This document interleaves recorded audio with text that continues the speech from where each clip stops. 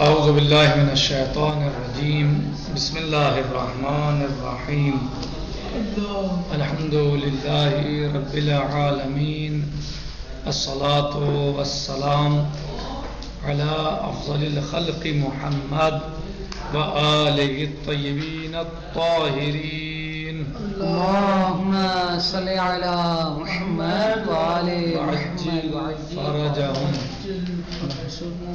ہم چل رہے تھے، ہماری گفتگو تھی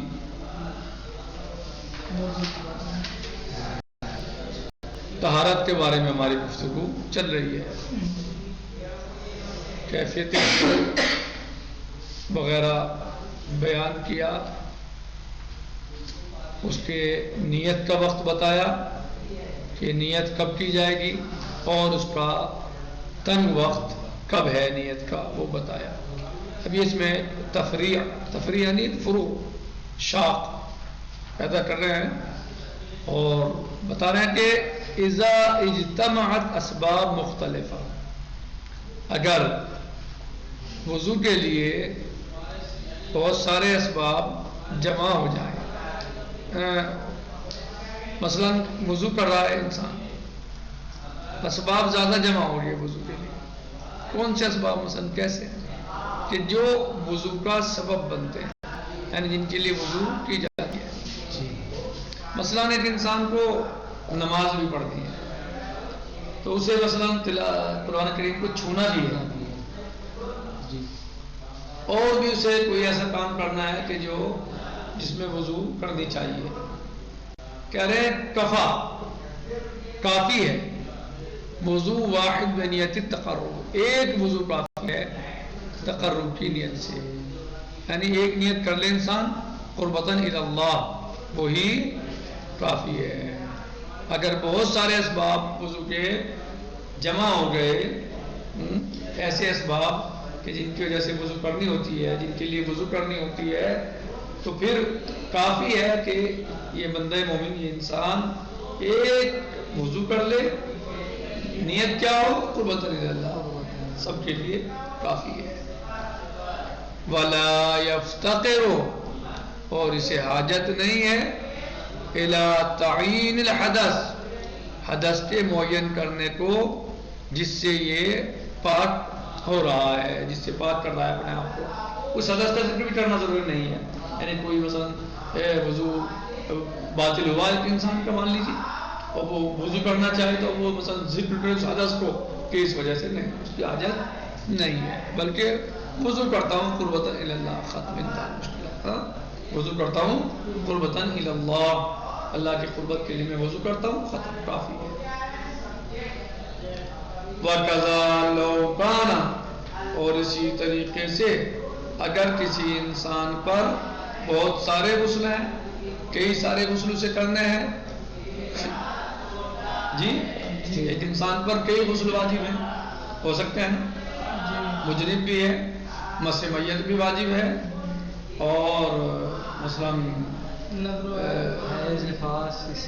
وہ چیزیں بھی اس کے اوپر واجب مثلا ہیں۔ اب کیا کر سکتا ہے؟ اب کیا کرے؟ کہا ہاں ٹھیک ہے، ایک غسل کر سکتا ہے، کیسے؟ غسل جنابت کر لے، کافی ہو جائے گا۔ کہہ رہے ہیں کہ وَكَذَا لَوْ كَانَ عَلَيْهِ الْأَغْسَالُ، اسی طریقے سے اگر کسی انسان پر بہت سارے غسل ہیں، صحیح واجب کی بات چل رہی ہے، کوئی مشکل نہیں ہے، وہ بھی کہہ رہے ہیں کہ کسی انسان پر وَكَذَا لَوْ كَانَ عَلَيْهِ الْأَغْسَالُ، اگر کسی ایک انسان پر بہت سارے غسل ہیں، غسل مسمیت بھی واجب ہے اس کے اوپر غسل جنابت بھی واجب ہے، اور کوئی غسل بھی، قِيلَ إِذَا نَوَى غُسْلُ الْجَنَابَةِ أَجْزَأَ عَنْ غَيْرِهِ، تو کہتے ہیں ایک قول یہ ہے، یعنی قیل ہے کہ اگر غسل جنابت کی نیت کر لے تو باقی غسلوں سے یہ کافی ہو جائے گا، یعنی غسل جنابت کی نیت کر لے اور غسل کرے تو یہ باقی غسلوں سے کافی ہو جائے گا۔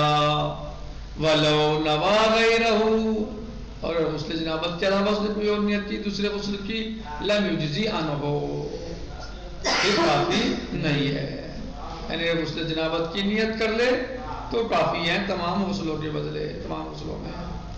لیکن اگر اس نے کوئی غسل جنابت کے علاوہ کسی اور غسل کی نیت کی غسل جنابت بھی واجب تھا اور مسح میت بھی واجب تھا، تو اس نے نیت کری غسل مسح میت کی اور غسل کیا. کہہ رہے ہیں کہ اب اس پر غسل جنابت واجب ہے، یعنی باقی ہے اس کے اوپر، غسل جنابت اس کے اوپر باقی ہے. وَلَيْسَ بِشَيْءٍ، لَيْسَ بِشَيْءٍ یعنی کون بتائے گا؟ لَيْسَ بِشَيْءٍ، لَيْسَ بِشَيْءٍ یعنی اگر اس انسان نے یہ ارادہ کر لیا صرف اور صرف یعنی غسل کا قربتاً الی اللہ، اور یعنی کوئی غسل معین نہیں کیسے غسل کیا تو جو ہے وہ سب سے کافی ہو جائے گا. الفرض الثانی، دوسرا فریضہ. سب سے پہلا فریضہ کیا ہے وضو میں؟ نیت ہے. پہلا فرض کیا ہے؟ نیت. آج ہم دوسرے فرض میں آ گئے ہیں. یہ ایک تفریح اچھی تفریح وہ نہیں، تفریح نہیں، تفریح. ہاں یہ فرع شاف. کہہ رہے ہیں کہ الفرض الثانی، دوسرا فرض غسل الوجہ، انسان کے لیے وضو میں چہرے کا دھونا. کیسے بیٹھے ہو شاہد؟ ایسے بیٹھتے عادت ہوگی. کہہ رہے ہیں کہ دوسرا فریضہ وضو میں چہرے کا دھونا ہے. وہ کیا ہے؟ وَهُوَ مَا بَيْنَ مَنَابِتِ الشَّعْرِ فِي مُقَدَّمِ الرَّأْسِ إِلَى طَرَفِ الذَّقَنِ طُولًا. کہہ رہے ہیں وہ کیا کیسے ہوگا؟ کہ لمبائی میں بالوں کے اگنے کی جگہ سے اور ٹھڈی تک، إِلَى طَرَفِ الذَّقَنِ ٹھڈی کے نیچے والے حصے کی طرف یہاں تک، یہ لمبائی میں چہرے کا دھونا ہے. اب چوڑائی میں کیا ہے؟ مَشْتَمَلَتْ عَلَيْهِ الْأَبْهَامُ وَالْوُسْطَىٰ عَرْضًا، اور چوڑائی میں اتنا دھوئیں کہ جس پر مشتمل ہو ابہام اور وسطیٰ پر. ابہام یعنی انگوٹھا اور وسطیٰ یعنی درمیانی، یہ جو انگلی بڑی والی انگلی ہے، جتنا حصہ اس کے درمیان آ جائے. عرضاً چوڑائی میں، لمبائی میں بالوں کے یعنی سر کے آگے والے حصے میں بالوں کے یعنی بالوں کے اگنے کی جگہ سے اور طرف ذقن تک ٹھڈی کے نیچے والے حصے تک. چوڑائی میں جو ابہام یا ابہام اور وسطیٰ کے درمیان آ جائے.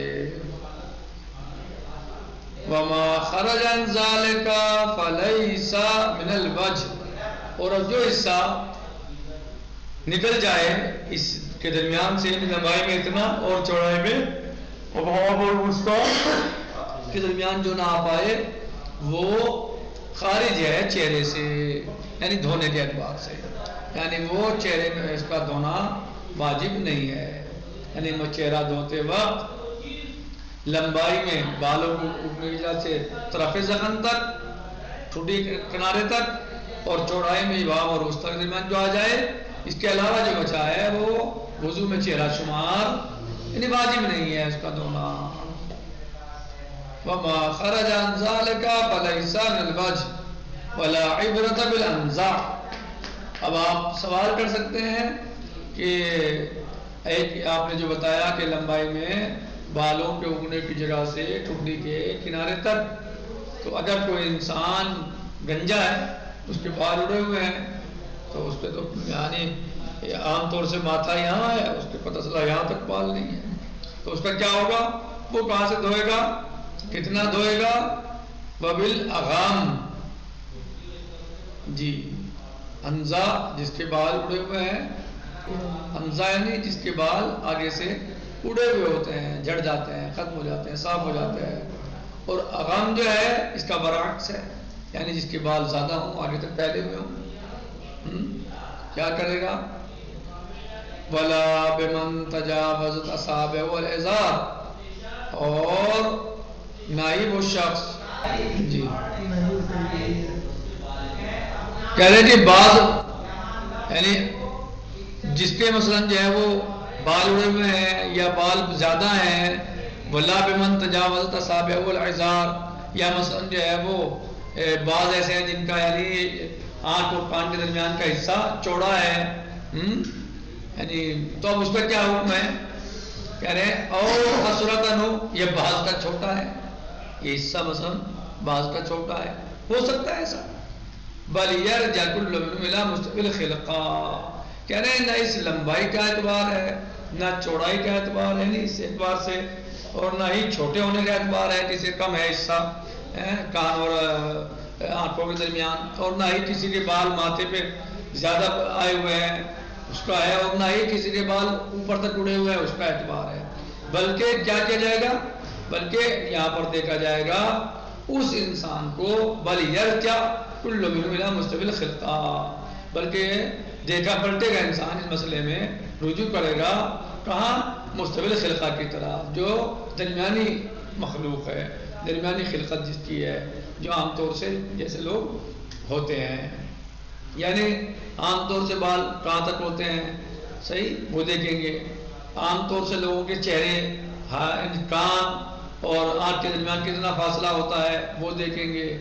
تو اس کے اعتبار سے حکم لگایا جائے گا، یعنی کسی ایک خاص انسان کے اوپر حکم نہیں لگایا جائے گا کہ اس کے جیسا بال یہاں تک اگے ہوئے ہیں تو اس کے بال یہاں تک اڑے ہوئے ہیں تو اس کا چہرہ اتنا چوڑا ہے. ہاں، یا کسی انسان کی انگلیاں بڑی ہیں اور تو بال کی چھوٹی ہوتی ہیں، وہ نہیں، بلکہ جو اس میں اعتبار کیا جائے گا وہ اعتبار ہے کس کا؟ مستقل خلقہ کا، درمیانی انسان کا، جو عام طور سے ہوتا ہے.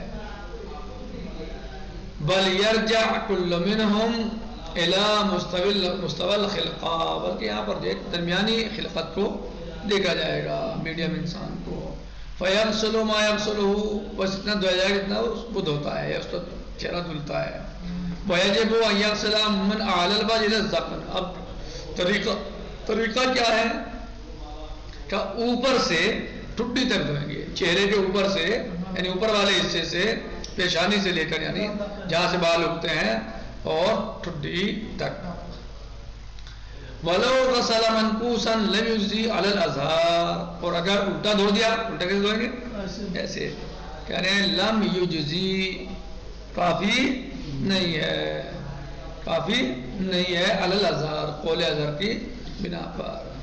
ولا یجب غسل ما استرسل من اللحیہ، اور اسی طریقے سے واجب نہیں ہے، کہہ رہے ہیں ولا یجب غسل ما استرسل من اللحیہ، اور واجب نہیں ہے دھونا اس داڑھی کا جو بڑی ہوئی ہے، زیادہ لمبی ہے، من اللحیہ، ٹھوڈی سے بڑی ہوئی ہے. ولا تخلیلها، میں اس کا ہلانا واجب ہے کہ باہر سے حرکت دیں. بل یغسل الظاہر، بلکہ صرف اور صرف ظاہر کو دھو لیں گے، جو بال دکھ رہے ہیں سامنے بس اس کو دھو لیں گے، ورنہ باقی جو ہے اس کو ہلانا یا اس کا بڑی ہوئی کا دھونا واجب نہیں ہے. وَلَوْ نَبَتَ لِلْمَرْأَةِ لَحْيَةٌ لَمْ يَجِبْ تَخْلِيلُهَا، اگر کسی عورت کے داڑھی نکل آئے لم یجب تخلیلها، تو پھر اس کا ہلانا واجب نہیں ہے. جیسے ہوتا ہے نا کہ مثلا ہلا کے پانی پہنچائیں تو اس کا ہلانا واجب نہیں ہے. وَكَفَى إِفَاضُ الْمَاءِ عَلَى ظَاهِرِهَا، اور کافی ہے کہ پانی صرف اور صرف گزر جائے، پھیل جائے ظاہری حصے پر، یعنی جو اوپر کا حصہ ہے صرف بس اس پر ہی کافی ہے. جو بال اگے ہوئے ہیں ان پر پانی پھر جائے، ان پر پانی پہنچ جائے کافی ہے، یعنی بالوں کا ہلانا ضروری نہیں ہے.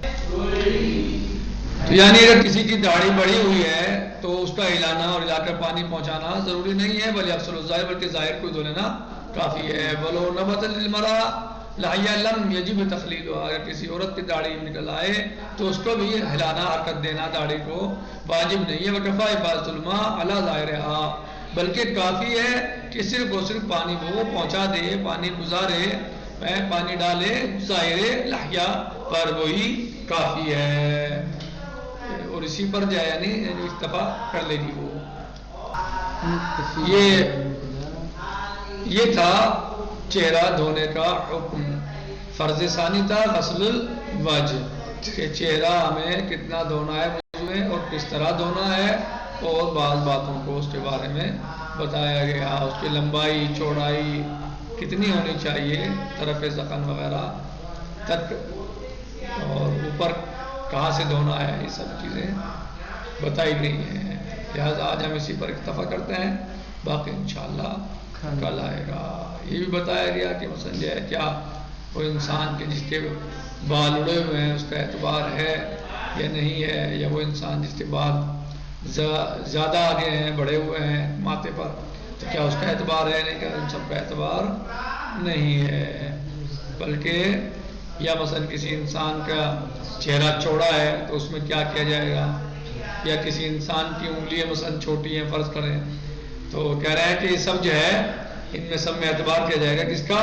مستویل خلقہ کا. وہ انسان کہ جس کی خلقت درمیانہ ہے، یعنی درمیانی اعتبار سے جو انسان ہے ان کی خلقت کا اس میں اعتبار کیا جائے گا، اور ان کے اعتبار سے چاہے وہ چہرے کی لمبائی ہو یا چوڑائی ہو، یا چہرے کا مثلا جو ہے وہ چوڑا ہونا ہو یا بالوں کا اگنے کا مسئلہ ہو، وہ سب مستقبل خلقہ کے اعتبار سے انجام دیا جائے گا. نکتفی بہذا المقدار والحمد للہ رب العالمین. السلام علیکم ورحمۃ اللہ وبرکاتہ. خدا حافظ. فی امان اللہ.